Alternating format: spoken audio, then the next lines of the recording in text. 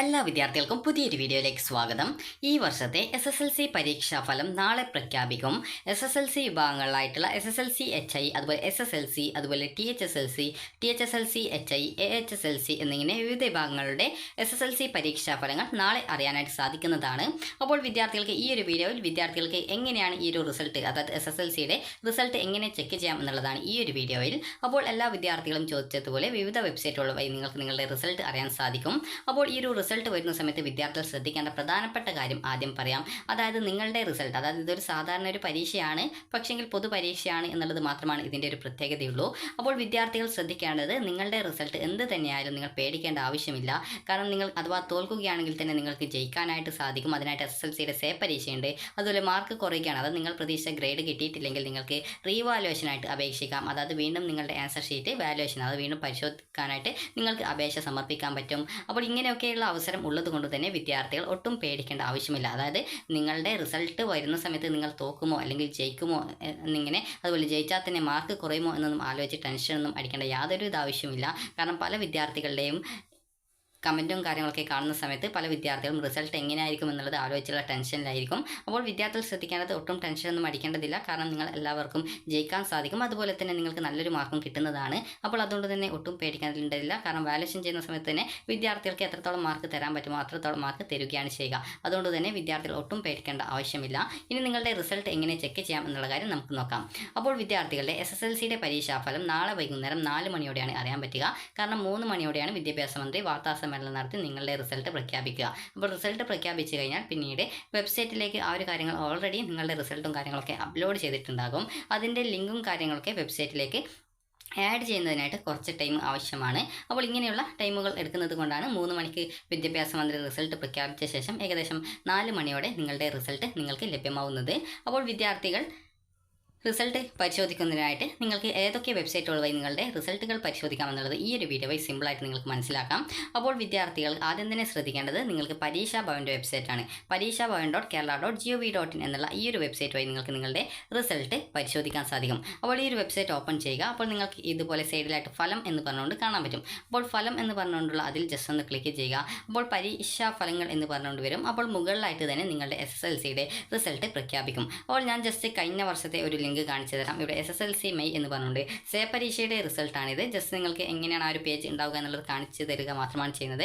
Just ഇവിടെ ഫലം കാണുക എന്ന് പറഞ്ഞുകൊണ്ട് നിങ്ങൾക്ക് റിസൾട്ട് വന്നു കഴിഞ്ഞാൽ മുകളിലായിട്ട് തന്നെ കാണാൻ പറ്റും. ഇത് സേ പരീക്ഷയുടെ പേജാണ്. ജസ്റ്റ് നിങ്ങൾക്കൊന്ന് എങ്ങനെയാണ് റിസൾട്ടിൻ്റെ പേജ് ഉണ്ടാവുക എന്ന് പറയാൻ വേണ്ടി മാത്രമാണ് ഇത് കാണിക്കുന്നത്.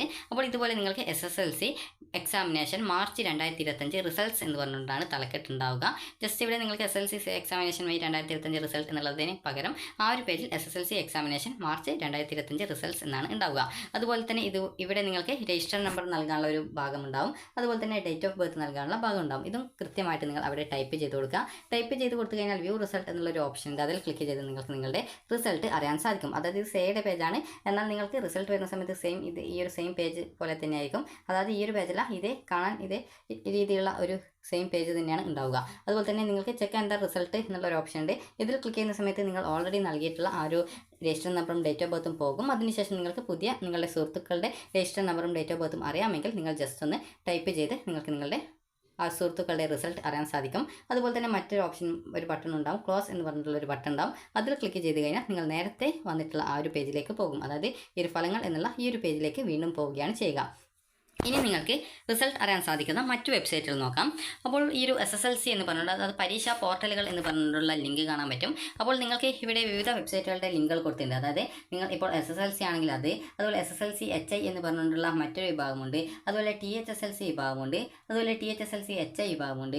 അതുപോലെ AHSLC വിഭാഗമുണ്ട്. അപ്പോൾ ഇങ്ങനെ വിവിധ വിഭാഗങ്ങളുണ്ട്. അപ്പോൾ നിങ്ങൾക്ക് നിങ്ങൾ ഇതിൽ ഏത് വിഭാഗത്തിലാണ് ഉൾപ്പെടുന്നത് ആ ഒരു ലിങ്കിൽ നിങ്ങൾ ക്ലിക്ക് ചെയ്യുക. ക്ലിക്ക് ചെയ്യുന്ന സമയത്ത് നിങ്ങൾക്ക് ഇതുപോലെയാണ് പോകാൻ പറ്റുക. ഞാൻ ജസ്റ്റ് SSLCയുടേത് മാത്രമായി ക്ലിക്ക് ചെയ്യുന്നുള്ളൂ. നിങ്ങൾ ഏത് വിഭാഗത്തിലാണ് SSLC പഠിക്കുന്നത് അപ്പോൾ ആ ഒരു ലിങ്കിലാണ് നിങ്ങൾ ക്ലിക്ക് ചെയ്യേണ്ടത്. അപ്പോൾ ഇതുപോലെ ആ ഒരു പേജിലേക്ക് നിങ്ങൾ എത്തും.